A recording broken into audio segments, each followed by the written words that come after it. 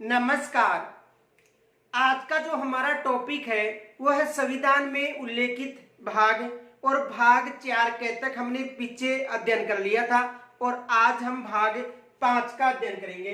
तो देखो भाग 5 और भाग जो 5 है इसमें संघ का उल्लेख है।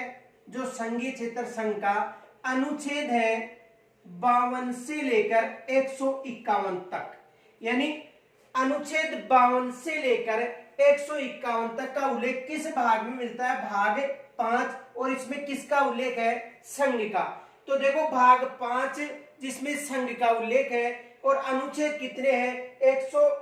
अनुच्छेद है 52 से लेकर 151 तक। तो देखो इस जो संघीय क्षेत्र है इसमें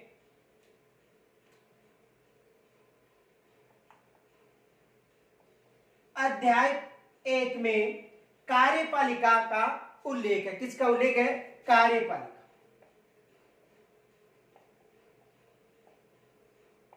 यानी अध्याय जो देखो भाग 5 में संघ का उल्लेख है, यानी 52 से लेकर 151 तक अनुच्छेद है।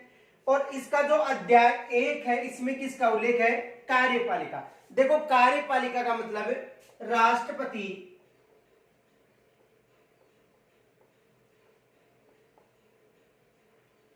उपराष्ट्रपति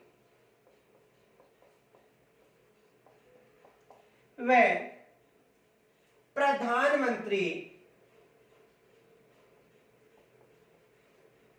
यानी राष्ट्रपति, उपराष्ट्रपति व जो प्रधानमंत्री है इनका जो उल्लेख है अनुच्छेद 52 से लेकर 78 तक इनका उल्लेख है। देखो जो भाग 5 है यानी संघ का उल्लेख है अनुच्छेद 52 से लेकर 151 तक है।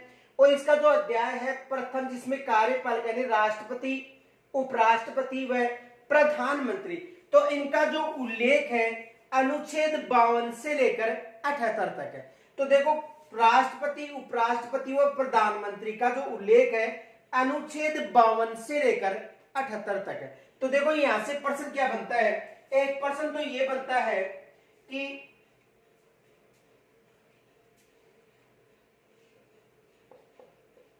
भारत में एक राष्ट्रपति होगा। भारत में एक राष्ट्रपति होगा, इसका उल्लेख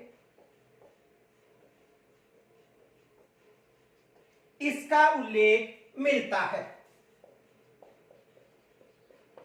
इसका उल्लेख मिलता है। तो देखो भारत में एक राष्ट्रपति होगा, इसका उल्लेख किस अनुच्छेद में मिलता है? यानी एग्जाम में ये प्रश्न अधिकतर पूछा जाता है कि भारत में एक राष्ट्रपति होगा, इसका जो उल्लेख है किस अनुच्छेद में मिलता है। तो यहां से एग्जाम में प्रश्न बनता है। तो देखो भारत का जो राष्ट्रपति है इसका उल्लेख अनुच्छेद 52 में मिलता है। किसमें मिलता है? अनुच्छेद 52 मिलता है कि भारत में एक राष्ट्रपति होगा, इसका जो उल्लेख है किस अनुच्छेद में मिलता है? अनुच्छेद 52 में। और यहां से एग्जाम में प्रश्न आता है, अधिकतर प्रश्न आता है। दूसरा प्रश्न यह आता है कि राष्ट्रपति के निर्वाचन,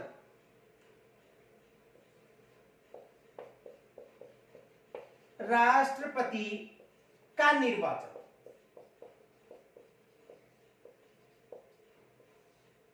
यहां से देखो रीट में भी प्रश्न बना था कि राष्ट्रपति के निर्वाचन का उल्लेख किस अनुच्छेद में मिलता है। रीट में भी यह प्रश्न आया था। तो राष्ट्रपति के निर्वाचन का उल्लेख किस अनुच्छेद में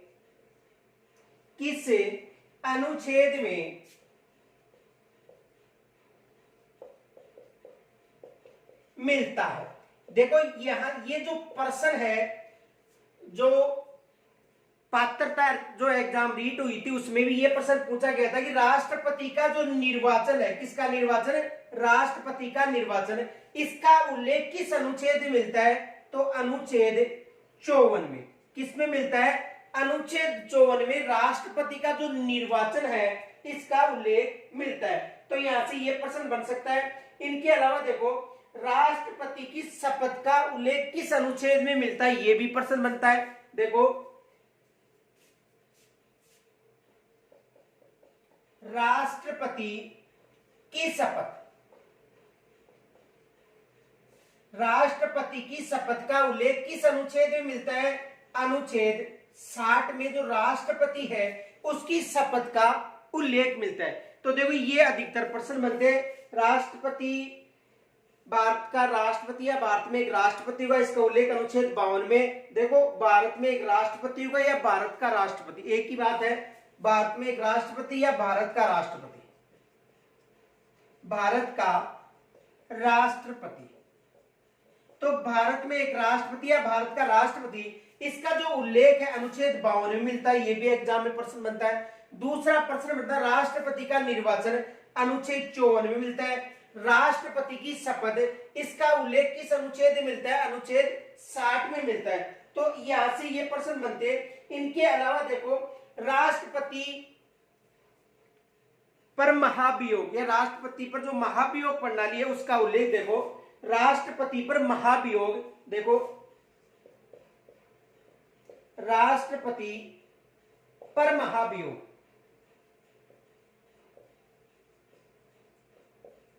इसका उल्लेख अनुच्छेद 61 में मिलता है। किस अनुच्छेद में मिलता है, अनुच्छेद 61 में।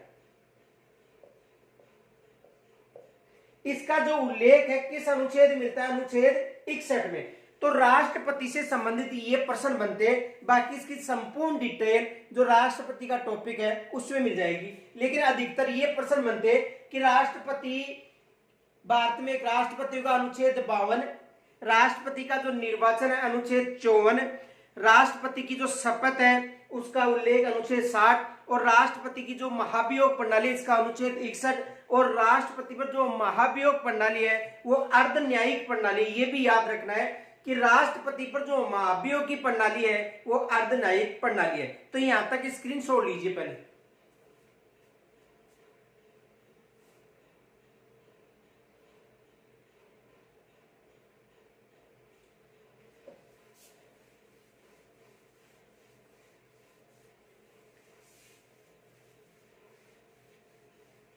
देखो दूसरा प्रश्न ये बनता है भारत का उपराष्ट्रपति। दूसरा प्रश्न ये बनता है भारत का उपराष्ट्रपति। भारत का उपराष्ट्रपति यानी भारत का उपराष्ट्रपति या भारत में एक उपराष्ट्रपति होगा, इसका जो उल्लेख है किस अनुच्छेद में मिलता है। भारत का उपराष्ट्रपति का उल्लेख किस अनुच्छेद में मिलता है,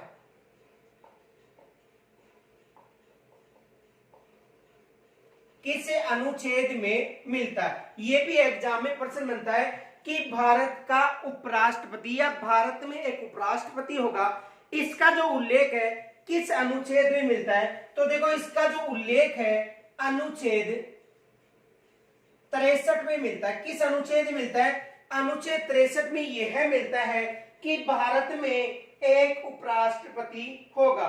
इनके अलावा देखो उपराष्ट्रपति के जो निर्वाचन है, उपराष्ट्रपति का जो निर्वाचन है उसका उल्लेख किस अनुच्छेद में मिलता है, यह भी प्रश्न आता है। उपराष्ट्रपति का निर्वाचन, उपराष्ट्रपति का निर्वाचन का उल्लेख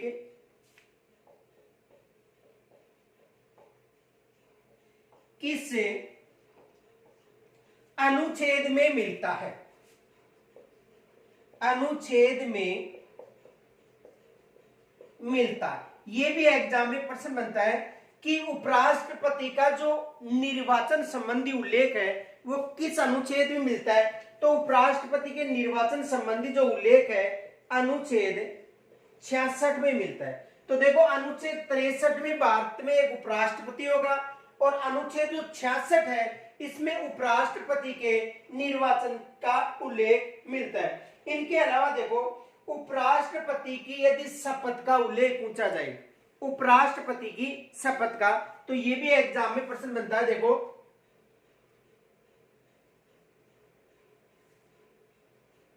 उपराष्ट्रपति की शपथ, तो उपराष्ट्रपति का जो शपथ है उसका उल्लेख गुणंतरवे अनुच्छेद गुणंतर में मिलता है। किस अनुच्छेद में? अनुच्छेद गुणंतर में। तो देखो, एक तो उपराष्ट्रपति की शपथ संबंधी उल्लेख मिलता है किसमें? अनुच्छेद गुणंतर में। एक तो ये प्रश्न पूछा जाता है। दूसरा प्रश्न, भारत में एक उपराष्ट्रपति होगा, इसका उल्लेख किस अनुच्छेद में मिलता है? 63 में। और उपराष्ट्रपति की निर्वाचन संबंधी उल्लेख किस अनुच्छेद में मिलता है? अनुच्छेद 66 में। दूसरा प्रश्न ये बनता है कि उपराष्ट्रपति के वेतन का उल्लेख, उपराष्ट्रपति के वेतन का उल्लेख, देखो दूसरा प्रश्न ये बन सकता है, उपराष्ट्रपति के वेतन का उल्लेख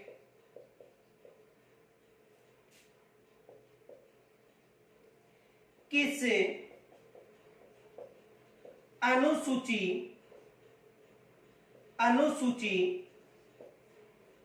उपराष्ट्रपति के वेतन का उल्लेख किस अनुसूची में मिलता है?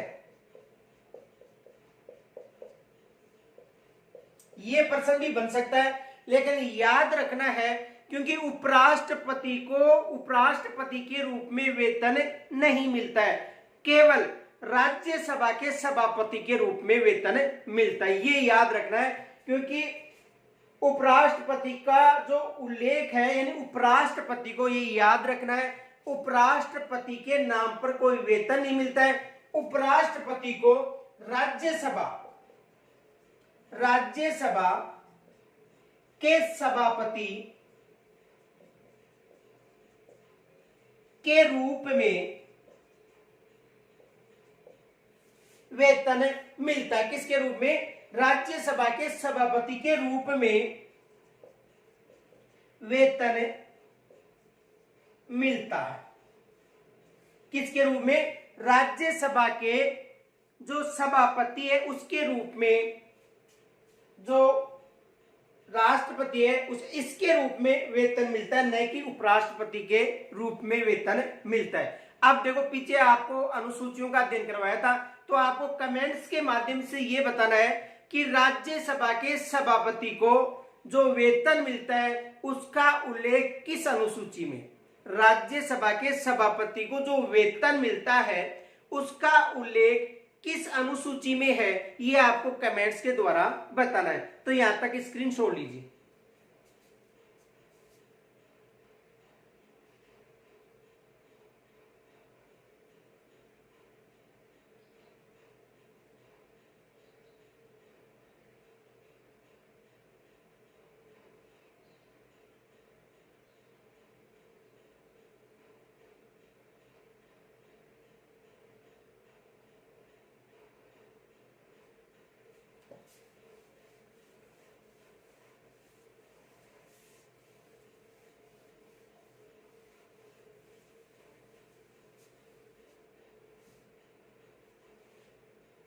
देखो, एक प्रश्न ये भी आया हुआ था फर्स्ट ग्रेड में, राष्ट्रपति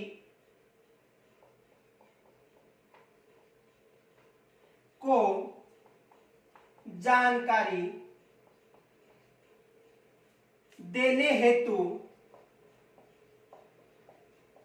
प्रधानमंत्री, राष्ट्रपति को जानकारी देने हेतु प्रधानमंत्री के कर्तव्य का उल्लेख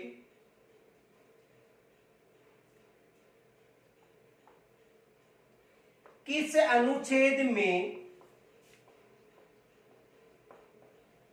है? देखो, प्रथम श्रेणी का जो प्रथम पेपर है उसमें यह प्रश्न आया हुआ था कि राष्ट्रपति को जानकारी देने हेतु प्रधानमंत्री के कर्तव्य का उल्लेख, किसका उल्लेख? प्रधानमंत्री के कर्तव्य का उल्लेख किस अनुच्छेद में है?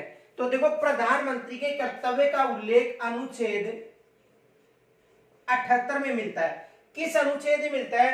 अनुच्छेद 78 में यह मिलता है कि राष्ट्रपति है उसको कर्तव्य संबंधी जो जानकारी है वो कौन देगा? प्रधानमंत्री, यानी राष्ट्रपति को प्रधानमंत्री जो जानकारी प्रदान करता है उसका उल्लेख किस अनुच्छेद में? अनुच्छेद 78 में। इनके अलावा देखो जो दूसरा है, यानी प्रश्न ये भी बन सकता है कि संसद का उल्लेख किस अनुच्छेद में मिलता है? तो देखो अध्याय 1 में कार्यपालिका के बाद में देखो अध्याय 2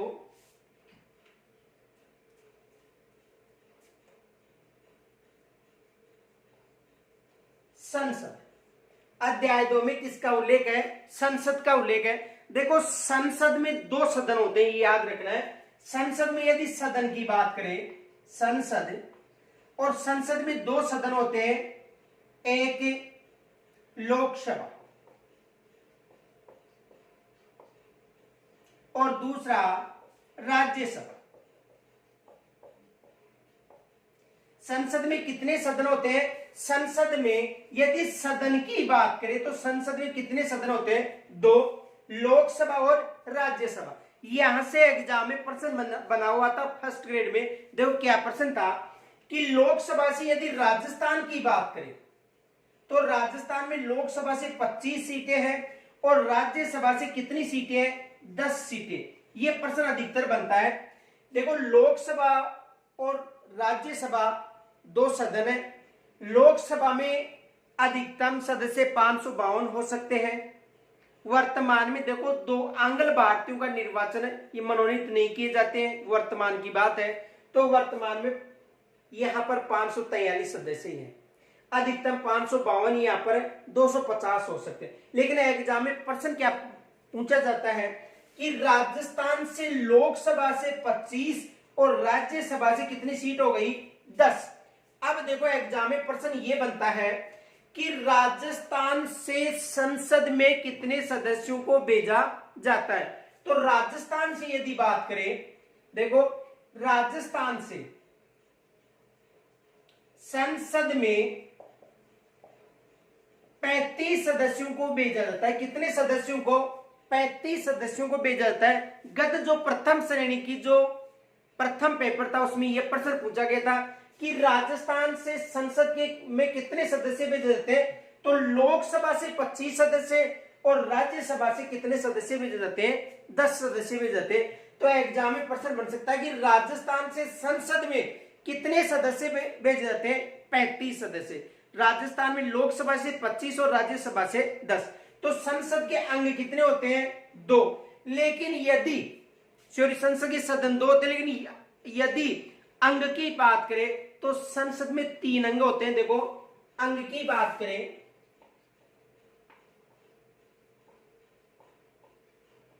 तो संसद के 3 अंग कौन कौन से होते हैं? देखो एक लोकसभा, दूसरा राज्यसभा और तीसरा राष्ट्रपति। ये संसद के अंग है। यदि संसद के अंग की बात करें तो संसद के कितने अंग होते हैं? 3, लोकसभा, राज्यसभा और राष्ट्रपति। और यदि सदन की बात करें तो सदन एक लोकसभा और एक राज्यसभा। लोकसभा से राजस्थान में 25 और राज्यसभा से 10। संसद में टोटल 35 सदस्य राजस्थान से भेजे जाते हैं। तो देखो यहां से ये प्रश्न बन सकते हैं, पहले स्क्रीनशॉट लीजिए।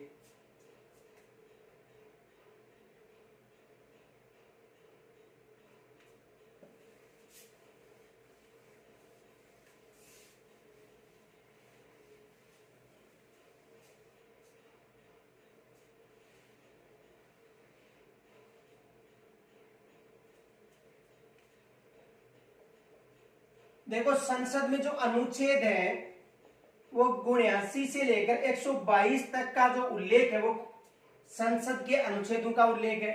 प्रश्न आता है कि जो संसद है उसका जो उल्लेख है वो किस अनुच्छेद में मिलता है, यानी संसद के गठन का जो उल्लेख है। एग्जाम में प्रश्न बन सकता है संसद के गठन संसद के गठन का उल्लेख, संसद के गठन का उल्लेख किस अनुच्छेद में, किस अनुच्छेद में मिलता है? एग्जाम में ये प्रश्न भी पूछा जाता है कि संसद का जो गठन है, किसका? संसद का गठन। और संसद का गठन का मतलब लोकसभा, राज्यसभा और जो उसमें राष्ट्रपति है। तो संसद का गठन का उल्लेख किस अनुच्छेद में मिलता है? ये एग्जाम में अधिकतर प्रश्न पूछा जाता है।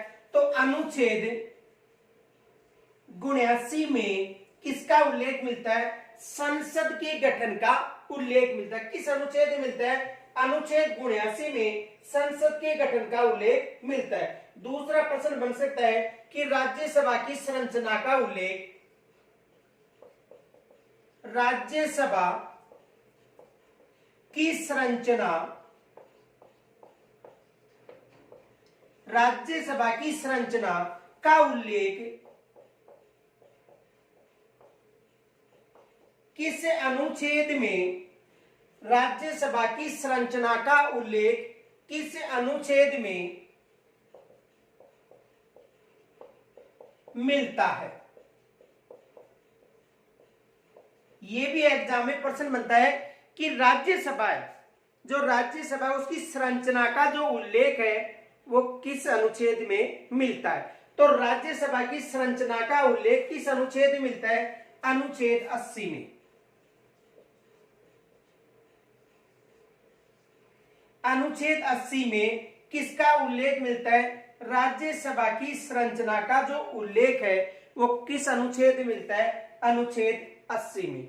अब आपको कमेंट्स के माध्यम से ये बताना है कि राज्यसभा की सीटों का जो उल्लेख है वो किस अनुसूची में मिलता। आपको पीछे अनुसूचियों का अध्ययन करवाया था। तो राज्यसभा की सीटों का उल्लेख किस अनुसूची में मिलता है, ये कमेंट्स के द्वारा बताना है। बाकी राज्यसभा की संरचना का उल्लेख किस अनुच्छेद में मिलता है? अनुच्छेद 80 में। और राष्ट्रपति के द्वारा जो राज्यसभा है उसमें कला, संस्कृति और साहित्य के क्षेत्र में 12 सदस्यों का मनोनयन किया जाता है। एग्जाम में यह भी प्रश्न बन सकता है। देखो, राज्यसभा में राष्ट्रपति के द्वारा बारह सदस्यों को मनोनीत किया जाता है। कितने सदस्यों को मनोनीत किया जाता है? 12 सदस्यों को मनोनीत किया जाता है, जिनका संबंध कला, संस्कृति और साहित्य से होता है। कला, संस्कृति और साहित्य से संबंध होता है। कितने सदस्यों को मनोनीत किया जाता है? 12 सदस्यों को मनोनीत किया जाता है। किसके द्वारा? राष्ट्रपति के द्वारा। तो देखो, राज्यसभा की संरचना का उल्लेख पूछा जाता है और राष्ट्रपति के द्वारा कितने सदस्यों को मनोनीत किया जाता है? 12 सदस्य राज्यसभा से। वैसे संसद से कितने सदस्यों को मनोनीत किया जाता है? यह भी एग्जाम में प्रश्न बन सकता है। पहले यहां से स्क्रीन छोड़ लीजिए।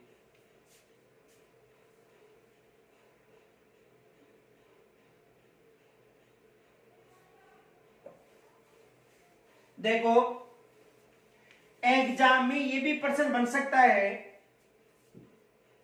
क्वेश्चन आ सकता है, संसद से राष्ट्रपति के द्वारा कितने सदस्यों, संसद से राष्ट्रपति के द्वारा कितने सदस्यों का मनोनीत किया जाता है या मनोनीत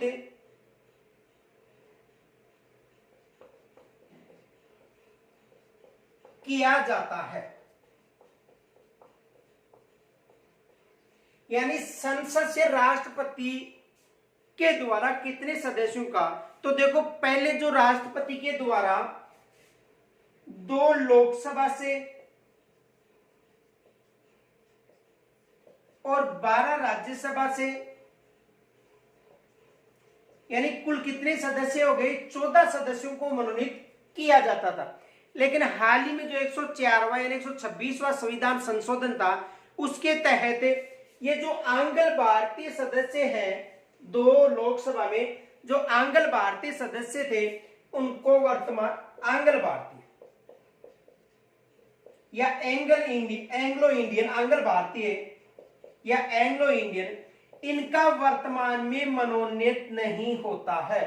तो यदि अब ये प्रश्न पूछा जा सकता है, इसलिए पूछा जा सकता है क्योंकि जो 2 आंग्ल भारतीय थे, उनका लोकसभा में वर्तमान में जो मनोनयन है वो समाप्त कर दिया गया। इस कारण राज्यसभा से 12 सदस्य, यानी वर्तमान में यदि बात की जाए तो कितने सदस्य हो गए? 12 सदस्य। वर्तमान में कितने सदस्य हो गए? 12। और पहले कितने थे? 14 सदस्य थे।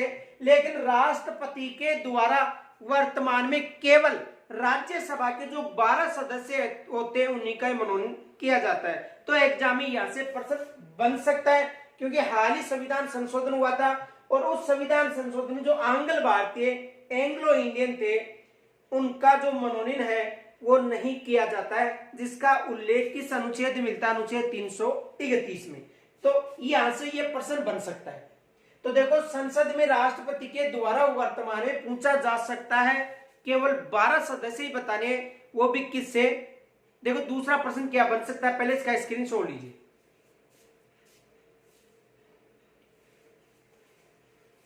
दूसरा प्रश्न ये बन सकता है, ध्यान रखना है,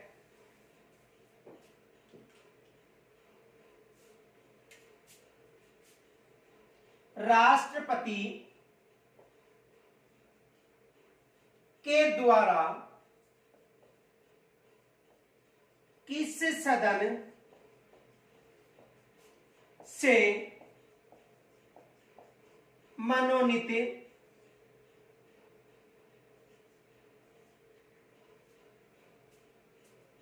राष्ट्रपति के द्वारा किस सदन से मनोनीत सदस्यों का किया जाता है? यानी राष्ट्रपति राष्ट्रपति द्वारा किस सदन से मनोनीत या मनोनीत किया जाता है? तो देखो वहां पर ऑप्शन मिल सकते हैं आपको। ए में मिल सकता है लोकसभा, बे में मिल सकता है राज्यसभा, से में मिल सकता है ए व बे दोनों, और दे में मिल सकता है विधानमंडल, विधानसभा लिख लो। ये प्रश्न बन सकता है। तो राष्ट्रपति के द्वारा देखो, पहले लोकसभा से भी 2 सदस्यों का मनोनयन किया जाता था, आंग्ल भारतीयों का, जो वर्तमान में नहीं किया जाता है।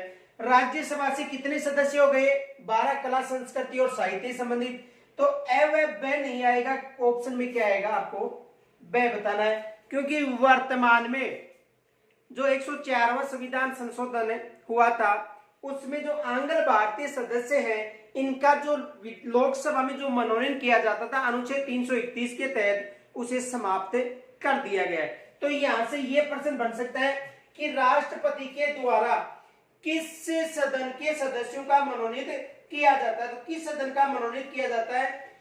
केवल राज्यसभा में, और राज्यसभा में कितने सदस्यों को? 12 सदस्यों को। राज्यसभा में कितने सदस्यों को? 12 को। देखो याद रखना है, फैक्ट एग्जाम में यहां से प्रश्न बन सकता है, नोट।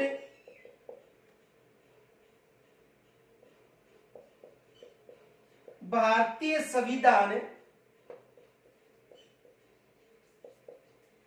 के अनुच्छेद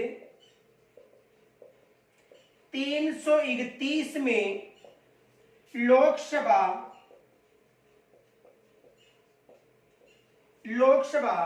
के 2 आंग्ल भारतीयों को मनोनीत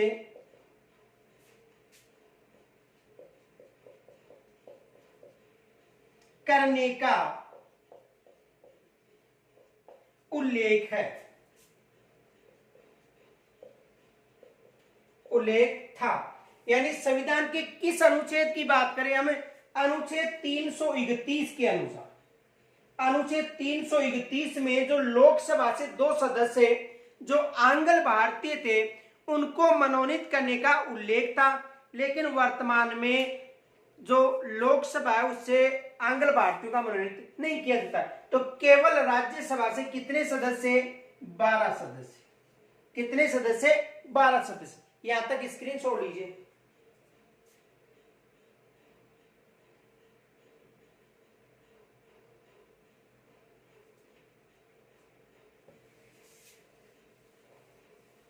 दूसरा प्रश्न यह बन सकता है,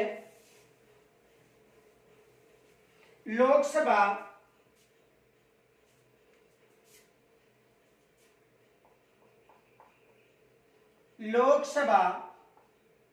की संरचना, लोकसभा की संरचना का उल्लेख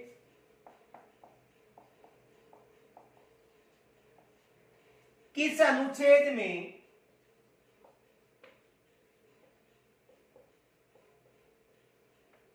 मिलता है?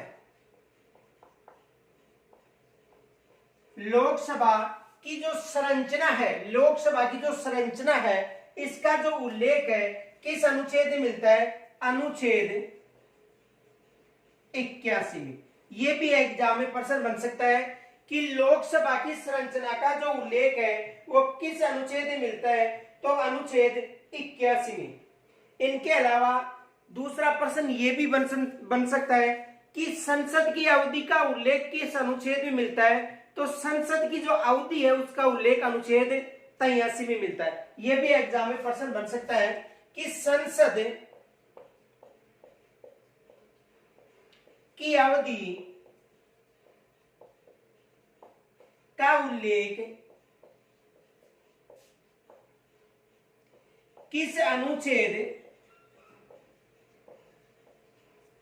में मिलता है? यानी जो संसद है इसकी जो अवधि है, संसद की जो अवधि है इसका जो उल्लेख है किस अनुच्छेद में मिलता है? तो संसद की अवधि का उल्लेख किस अनुच्छेद में मिलता है? अनुच्छेद 83 में। और राष्ट्रपति का जो विशेष अभिभाषण है, यह भी प्रश्न पूछा जा सकता है कि राष्ट्रपति का विशेष अभिभाषण का उल्लेख किस अनुच्छेद में मिलता है? तो अनुच्छेद 87 में मिलता है। यह भी एग्जाम में प्रश्न बन सकता है। राष्ट्रपति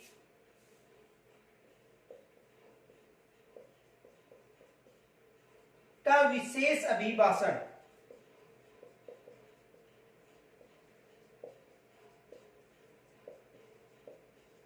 और राष्ट्रपति का विशेष अभिभाषण का उल्लेख किस अनुच्छेद में मिलता है? अनुच्छेद 87। यह भी एग्जाम में प्रश्न बन सकता है कि राष्ट्रपति का जो विशेष अभिभाषण है, राष्ट्रपति का विशेष अभिभाषण है, उसका उल्लेख किस अनुच्छेद में मिलता है? तो राष्ट्रपति का विशेष जो अभिभाषण है इसका जो उल्लेख है किस अनुच्छेद में मिलता है? अनुच्छेद 87 में मिलता है। यहां से भी एग्जाम में प्रश्न बन सकता है। तो यहां तक स्क्रीन छोड़ लीजिए पहले।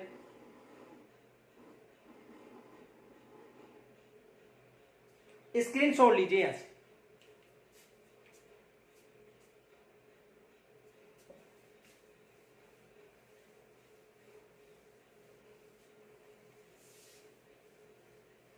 अब देखो, राष्ट्रपति की विधायी शक्ति का उल्लेख तीसरा है। जो राष्ट्रपति है, राष्ट्रपति की विधायी शक्ति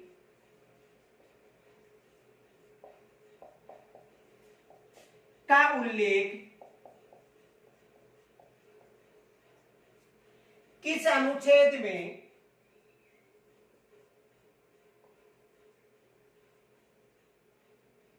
मिलता है?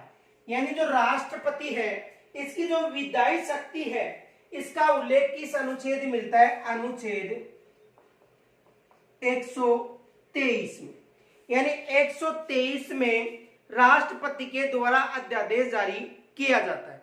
यदि संसद के जो सदन है वो उपस्थित न होते और कोई कानून बनाना होता है तो अनुच्छेद 123 के अनुसार वह अध्यादेश जारी कर सकता है। एग्जाम में प्रश्न पूछा जाता है कि किस अनुच्छेद में राष्ट्रपति की विधायी शक्ति या अध्यादेश का उल्लेख है, तो किस अनुच्छेद में, अनुच्छेद 123। ये विशेष याद रखना है, कौन सा अनुच्छेद है, अनुच्छेद 123। तो यहां से एग्जाम में प्रश्न बनता है कि राष्ट्रपति की जो विधायी शक्ति है इसका जो उल्लेख है किस अनुच्छेद में मिलता है, तो इसका जो उल्लेख है अनुच्छेद 123 में मिलता है। यहां से एग्जाम में प्रश्न बनता है।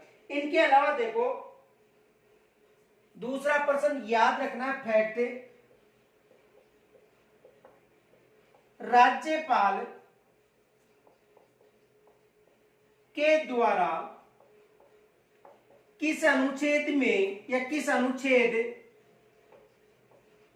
के तहत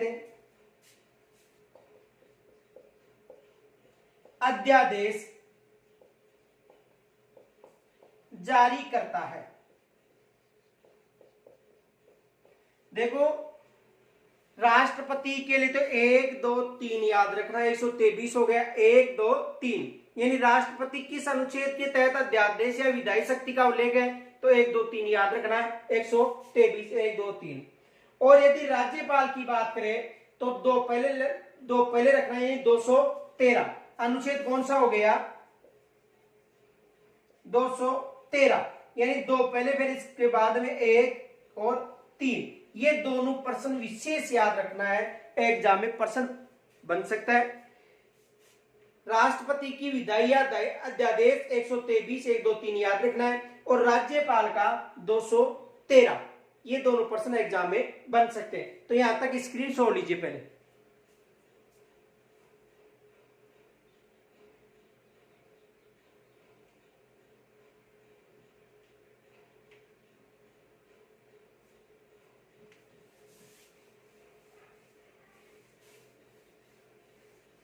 देखो संघ की जो न्यायपालिका है इसका उल्लेख मिलता है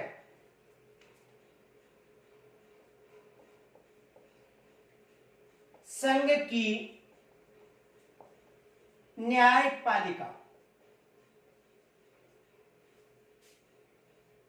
का उल्लेख, जो संघ की न्यायपालिका है इसका जो उल्लेख है वो किस अनुच्छेद में मिलता है, तो संघ की जो न्यायपालिका है इसका उल्लेख अनुच्छेद 124 से लेकर 147 के मध्य किसका उल्लेख है, यानी संघ की जो न्यायपालिका है इसका उल्लेख किस अनुच्छेद में, अनुच्छेद 124 से लेकर 147। और एग्जाम में यहां से देखो 2 बार प्रश्न आ चुका है। प्रश्न ये था, क्वेश्चन देखो ध्यान से समझना, संघ की न्यायपालिका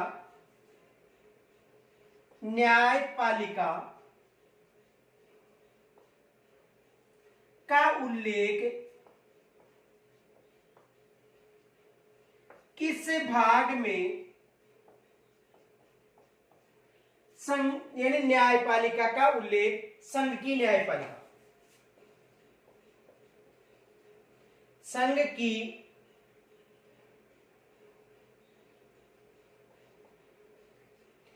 संघ की न्यायपालिका का उल्लेख किस भाग में मिलता है।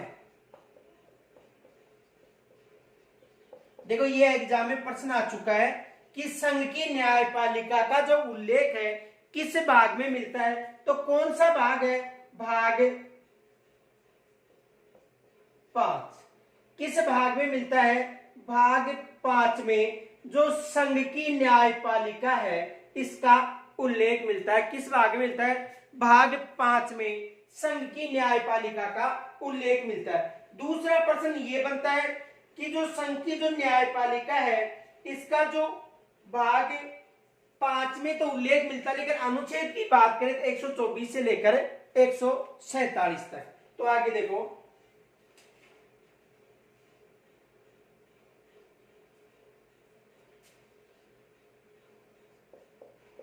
भारत में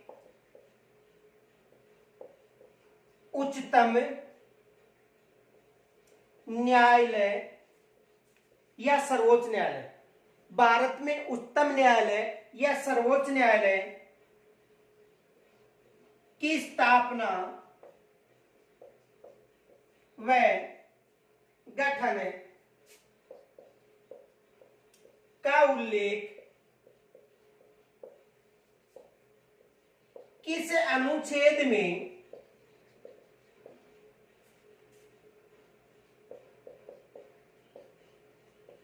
मिलता है? यह भी एग्जाम में प्रश्न बनता है कि भारत में जो उच्चतम न्यायालय है या इसे सर्वोच्च न्यायालय कह सकते हैं, तो उच्चतम न्यायालय और जो सर्वोच्च न्यायालय है इसका जो उल्लेख है किस अनुच्छेद में मिलता है? यानी स्थापना व गठन का जो उल्लेख है, स्थापना और गठन का जो उल्लेख है किस अनुच्छेद में मिलता है? एग्जाम में यहां से भी प्रश्न बनता है। तो अनुच्छेद कौन सा हो गया? अनुच्छेद 124। किस अनुच्छेद में मिलता है? अनुच्छेद 124 में। तो संविधान के अनुच्छेद 124 भाग 5 में जो सर्वोच्च न्यायालय है इसकी जो स्थापना व जो गठन है इसका उल्लेख मिलता है। तो यहां तक स्क्रीनशॉट लीजिए।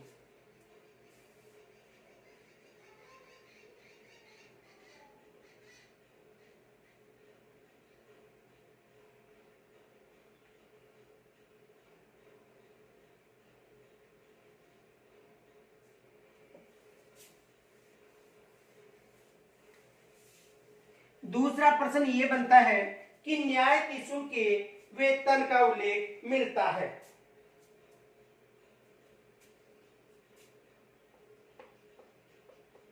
सर्वोच्च न्यायालय के न्यायाधीशों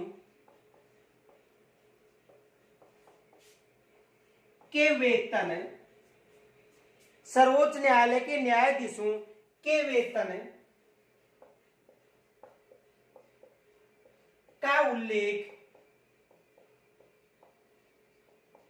मिलता है।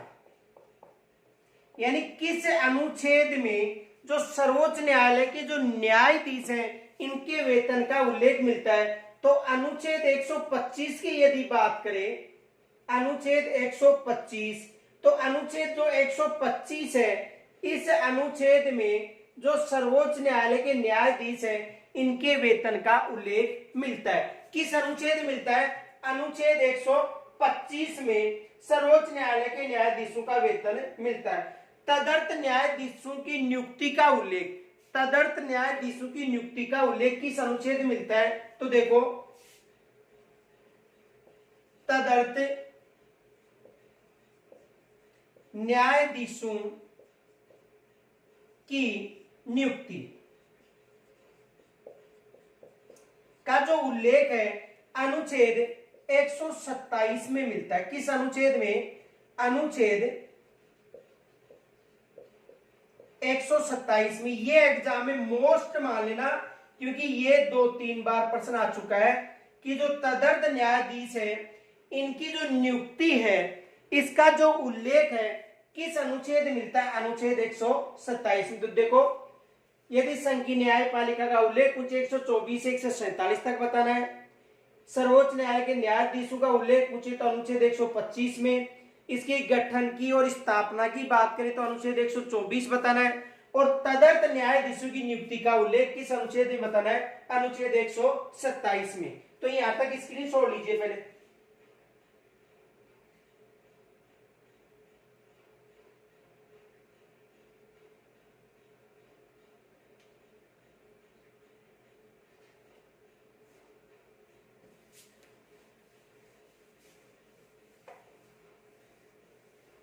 देखो, भारत में नियंत्रण महालेखाकार परीक्षक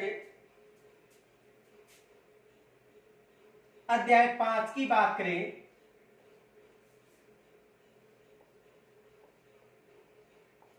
भारत में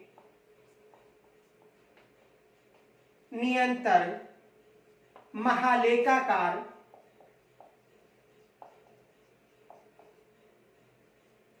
परीक्षक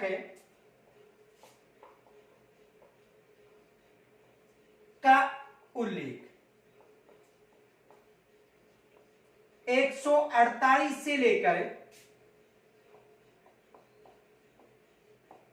151 तक किसका उल्लेख मिलता है? भारत में नियंत्रण महालेखाकार परीक्षक का जो उल्लेख है वो अनुच्छेद 148 से लेकर 151 तक मिलता है। तो एग्जाम में यहां से भी प्रश्न बनता है। देखो प्रश्न क्या बनता है कि भारत में जो नियंत्रण महालेखाकार परीक्षक है इसका उल्लेख किस अनुच्छेद में मिलता है?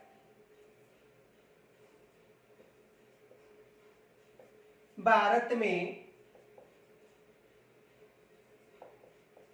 नियंत्रक महालेखाकार परीक्षक, देखो भारत में नियंत्रण महालेखाकार परीक्षक होगा, इसका जो उल्लेख है अनुच्छेद 148 में मिलता है। किस अनुच्छेद मिलता है? अनुच्छेद 148 में यह मिलता है कि भारत में नियंत्रण महालेखाकार परीक्षक होगा। इसका जो उल्लेख है किस अनुच्छेद मिलता है? अनुच्छेद 148 में। तो यहां तक स्क्रीन छोड़ लीजिए।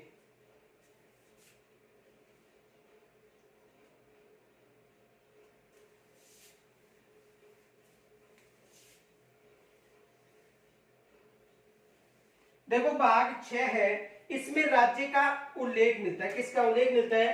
भाग 6 राज्य। भाग 6 में किसका उल्लेख मिलता है? भाग 6 में राज्य का उल्लेख मिलता है। और जो अनुच्छेद है वो है 152 से लेकर 237 तक। अनुच्छेद 152 से 237 तक किनका उल्लेख है? राज्यों का उल्लेख। तो देखो भाग 6 में किसका उल्लेख मिलता है? राज्यों का उल्लेख मिलता है। और अनुच्छेद कहां से लेकर कहां तक है? अनुच्छेद 152 से लेकर 237 तक किनका उल्लेख मिलता है? राज्यों का उल्लेख मिलता है। तो एग्जाम में यहां से भी प्रश्न बन सकता है कि राज्यों का उल्लेख किस अनुच्छेद में मिलता है? तो राज्यों का अनुच्छेद है 152 से लेकर 237 तक जो उल्लेखित है वो राज्य है। अब इसमें देखो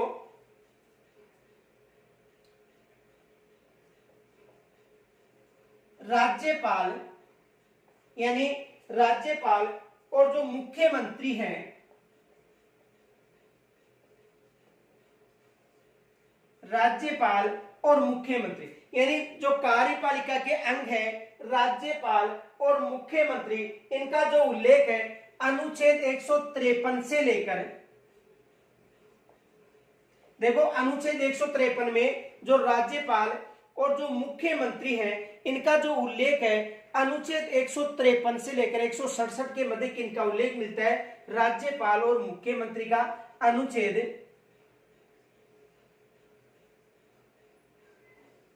153 से 167।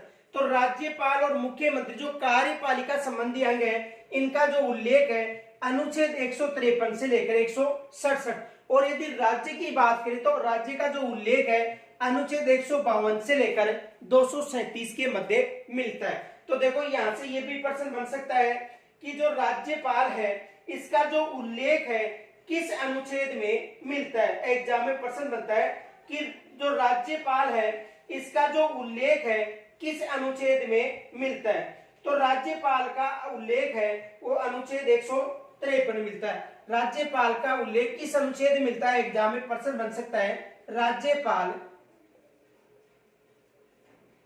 का उल्लेख किस अनुच्छेद में मिलता है। तो राज्यपाल का जो उल्लेख है अनुच्छेद 153 में मिलता है। किस अनुच्छेद में मिलता है? अनुच्छेद 153 में किसका उल्लेख है? राज्यपाल का। यानी राज्यपाल का उल्लेख किस अनुच्छेद में मिलता है? अनुच्छेद 153 में। राज्यपाल का उल्लेख किस अनुच्छेद में मिलता है? अनुच्छेद 153 में। यहां से एग्जाम में प्रश्न बनता है कि राज्यपाल का जो उल्लेख है किस अनुच्छेद में मिलता है? तो अनुच्छेद 153 में। इनके अलावा देखो यदि अनुच्छेद 152 की बात करें, अनुच्छेद 152 की बात करें, तो इस अनुच्छेद में जो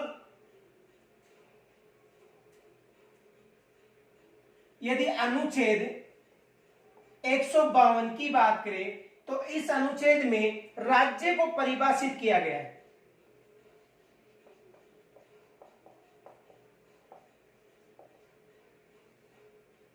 यानी अनुच्छेद 152 की बात करें तो इस अनुच्छेद में राज्य को परिभाषित किया गया था।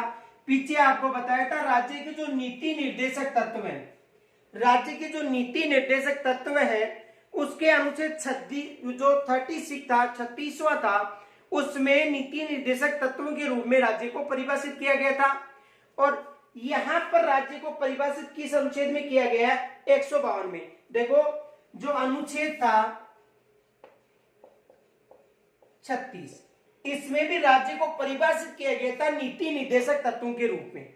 यानी जो राज्य के नीति निर्देशक तत्व थे उनके रूप में अनुच्छेद 36 में परिभाषित किया गया था और अनुच्छेद 152 में राज्य को परिभाषित किया गया है। लेकिन एग्जाम में यह प्रश्न जरूर पूछा जाता है कि किस अनुच्छेद में राज्यपाल का उल्लेख है। ये मोस्ट मानना कि किस अनुच्छेद में राज्यपाल का उल्लेख मिलता है।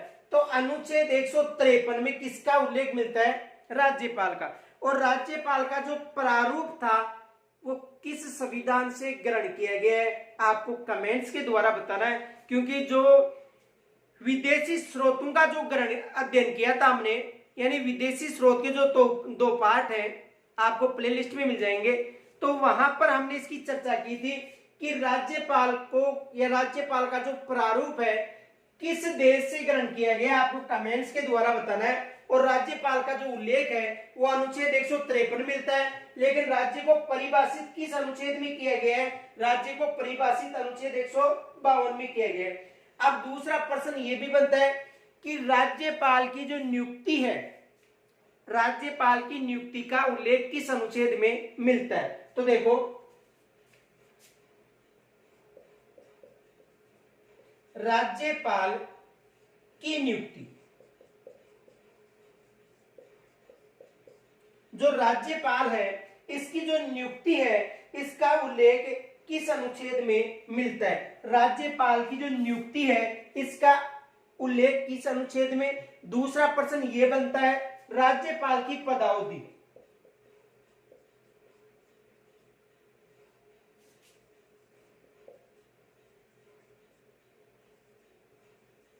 ये दोनों प्रश्न जरूर बनते हैं। राज्यपाल की पदावधि पूछ सकता है या राज्यपाल की नियुक्ति। तो देखो राज्यपाल की नियुक्ति और राज्यपाल की जो पद की अवधि है इनका जो उल्लेख है, राज्यपाल की नियुक्ति का उल्लेख अनुच्छेद 155 और राज्यपाल की जो पदावधि है उसका उल्लेख अनुच्छेद 156 में मिलता है। ये दोनों विशेष याद रखना है। राज्यपाल का उल्लेख यानी जो राज्य में एक राज्यपाल होगा या राज्यपाल का उल्लेख किस अनुच्छेद में मिलता है? अनुच्छेद 53 में, 153 में। राज्यपाल की नियुक्ति का उल्लेख किस अनुच्छेद में मिलता है? अनुच्छेद 155 में। और राज्यपाल की जो पद की अवधि है, पदावधि है, इसका उल्लेख किस अनुच्छेद में मिलता है? 156 में। तो राज्यपाल से ये प्रश्न अधिकतर बनते हैं। तो देखो यहां तक स्क्रीनशॉट लीजिए पहले।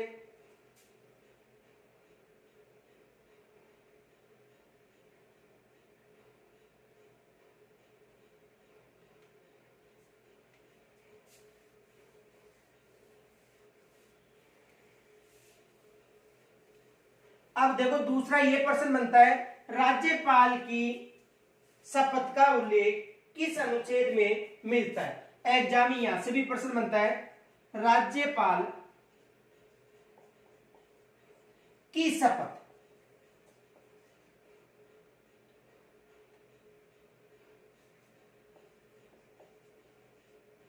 का उल्लेख किस अनुच्छेद में मिलता है? राज्यपाल की जो शपथ है इसका जो उल्लेख है अनुच्छेद 159 में मिलता है। एग्जाम में यह भी प्रश्न बनता है कि जो राज्यपाल है इनकी जो शपथ है इसका जो उल्लेख है किस अनुच्छेद में मिलता है? अनुच्छेद 159 में जो राज्यपाल है इनकी शपथ का उल्लेख है। तो एग्जाम में ये भी मोस्ट मान लेना कि राज्यपाल की जो शपथ है इसका जो उल्लेख है किस अनुच्छेद मिलता है, तो राज्यपाल की शपथ का जो उल्लेख है अनुच्छेद 159 में मिलता है। अब आपको कमेंट्स के माध्यम से यह बताना है कि जो राज्यपाल है इसकी शपथ का उल्लेख किस अनुसूची में उल्लेखित है, तो राज्यपाल की शपथ का उल्लेख। आगे देखो, राज्यपाल का विधानमंडल, राज्य का विधानमंडल, जो राज्य का जो विधानमंडल है जिसमें दो सदन होते हैं, एक विधानसभा और एक विधान परिषद, यानी राज्य की जो विधानमंडल है इसमें दो सदन होते हैं, एक विधानसभा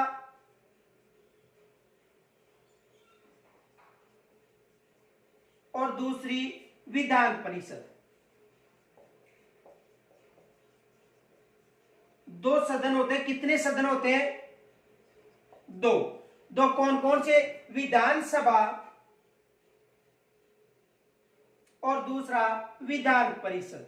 देखो राजस्थान में केवल एक सदन है, विधानसभा। राजस्थान की बात करें तो राजस्थान में विधानसभा और सदस्य कितने हैं? 200 सदस्य, और राजस्थान में विधान परिषद नहीं है। तो देखो राज्य की जो विधानमंडल है इसमें दो हो गए, विधानसभा और विधान परिषद। और विधानसभा राजस्थान में केवल एक सदनीय विधानमंडल, केवल विधानसभा है, विधान परिषद नहीं है। वर्तमान में भारत में 6 विधान परिषदें हैं। कितनी विधान परिषद है? 6 विधान परिषद है। कौन कौन सी विधान परिषद है इनका जो आपको कमेंट्स के माध्यम से बताना है कि राजस्थान में ये विधान परिषदें हैं। सॉरी, राजस्थान में, भारत में कौन कौन सी विधान परिषद है, 6 जो विधान परिषद है उनको कमेंट्स के माध्यम से बताना है। अन्यथा जो इसके जो विधान मंडल का जो टॉपिक आएगा वहां पर आपको समझा दिया जाएगा। और राजस्थान में विधानसभा के कितने सदस्य हैं? 200। तो राजस्थान में विधानमंडल एक सदनीय है। राजस्थान में विधानमंडल एक सदनीय केवल विधानसभा है, और विधानसभा में कितने सदस्य हैं? 200 सदस्य हैं। अब इनके अलावा देखो जो राज्य की विधानमंडल है इसका उल्लेख अनुच्छेद 168 से लेकर 212 के मध्य मिलता है। राज्य की जो विधानमंडल है इनका जो उल्लेख है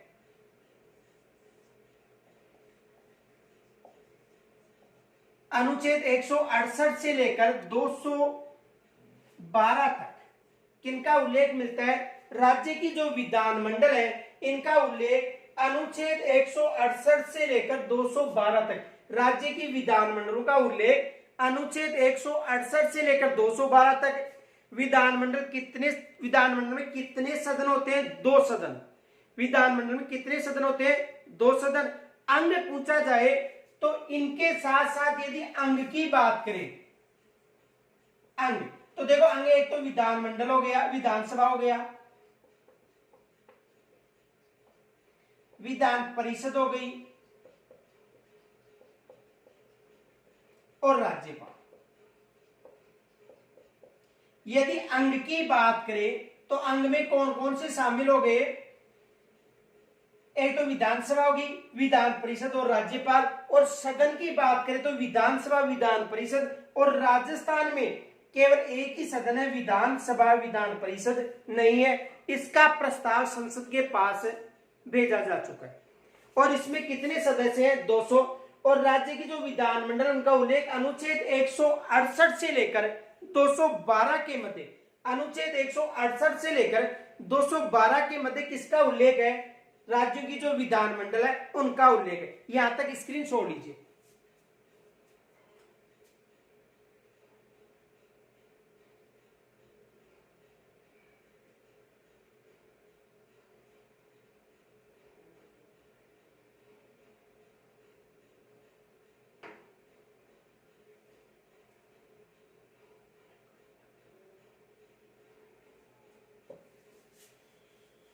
देखो प्रश्न ये बन सकते हैं इनसे राज्यों की विधानमंडल के गठन का उल्लेख किस अनुच्छेद में है?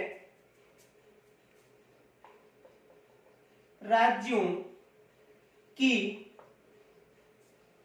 विधानमंडल का उल्लेख, राज्यों के विधानमंडल का उल्लेख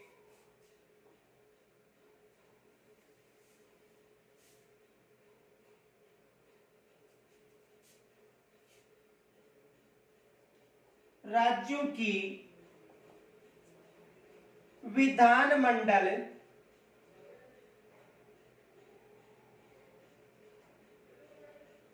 का उल्लेख किस अनुच्छेद में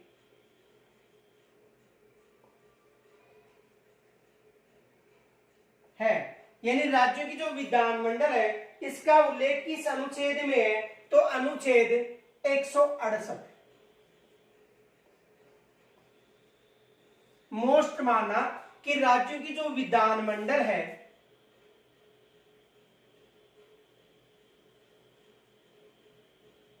विधानमंडल का उल्लेख किस अनुच्छेद में? राज्यों की विधानमंडल का उल्लेख अनुच्छेद 168 में है। एग्जाम में यहां से विधानमंडल की बात करें, न कि विधानसभा की, ये भी याद रखना। किसकी बात करें? केवल विधानमंडल। किसकी बात करें? विधानमंडल। और जो विधानमंडल है इसका जो उल्लेख है किस अनुच्छेद में मिलता है? अनुच्छेद 168 में। ये एग्जाम में प्रश्न बन सकता है कि जो विधानमंडल है इनका उल्लेख किस अनुच्छेद में मिलता है? अनुच्छेद 168 में। और विधानसभाओं का संरचना का उल्लेख राज्यों की विधानसभा की संरचना, राज्यों की विधानसभा की संरचना, या दूसरा प्रश्न बन सकता है राज्यों की विधान परिषद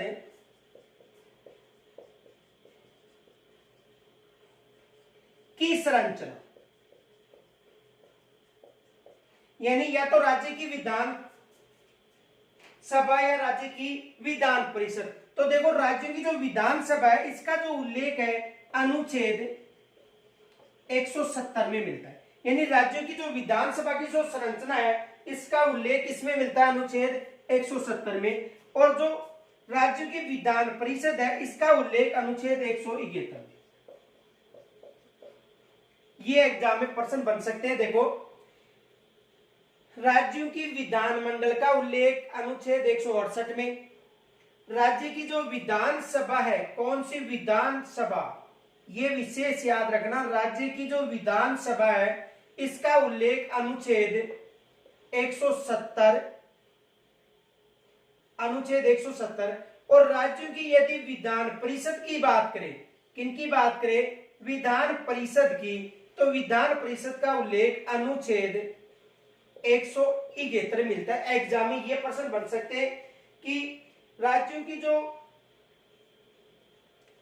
विधान परिषद की संरचना का उल्लेख 171 में और विधानसभा का उल्लेख अनुच्छेद 170 में, और विधान परिषद की सृजन का उल्लेख पूछे। देखो विधान परिषद की सृजन यानी नया जो रूप है जिसका निर्माण करना है, सृजन का रूप पूछे तो अनुच्छेद 169 बताना। अनुच्छेद 169 में राज्यसभा की जो सृजन है उसका उल्लेख है विधान परिषद का। विधान परिषद का सृजन का उल्लेख किस अनुच्छेद में? 169। देखो ये प्रश्न मोस्ट माना कि राज्य की विधानमंडल अनुच्छेद 168, राज्यों की विधान परिषद 171 और राज्यों की विधानसभा की संरचना का उल्लेख 170। पहले यहां तक स्क्रीनशॉट लीजिए।